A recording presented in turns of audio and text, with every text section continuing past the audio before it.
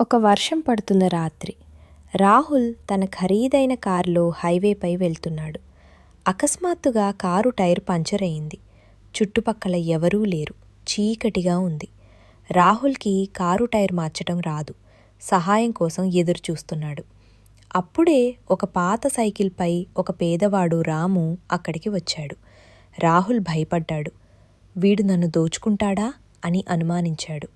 కానీ రాము నవ్వుతూ, ఏమైంది బాబూ, నేను సహాయం చేయనా అని అడిగి వర్షంలో తడుస్తూనే అరగంట కష్టపడి టైర్ మార్చాడు. పని పూర్తయ్యాక రాహుల్ తన పర్సు తీసి 5,000 రూపాయలు తీసి ఇచ్చాడు. కానీ రాము ఆ డబ్బు తీసుకోలేదు. రాహుల్ ఆశ్చర్యపోయి, ఎందుకు వద్దు అంటున్నావు అని అడిగాడు. రాము ఇలా అన్నాడు, బాబూ, సహాయం అనేది అమ్ముకునేది కాదు. మీకు నిజంగా నాకు కృతజ్ఞత చెప్పాలని ఉంటే ఎప్పుడైనా కష్టంలో ఉన్న ఇంకొకరికి సహాయం చేయండి. అదే నాకు మీరిచ్చే పెద్ద బహుమతి. కొన్ని రోజుల తర్వాత రాహుల్ ఒక చిన్న హోటల్కి వెళ్ళాడు.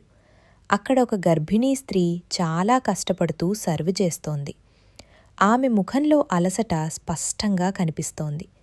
రాహుల్కి రాము చెప్పిన మాటలు గుర్తొచ్చాయి. తిన్నాక బిల్లు 500 రూపాయలైతే రాహుల్ టేబుల్ కింద 10,000 రూపాయలు పెట్టి ఒక చీటీ రాశాడు. ఇది నీకు బహుమతి, దీన్ని వెనక్కి ఇచ్చేయొద్దు.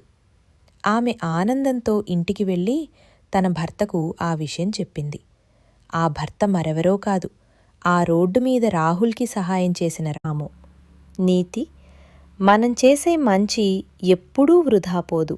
అది ఏదో ఒక రూపంలో తిరిగి మన దగ్గరకే వస్తుంది.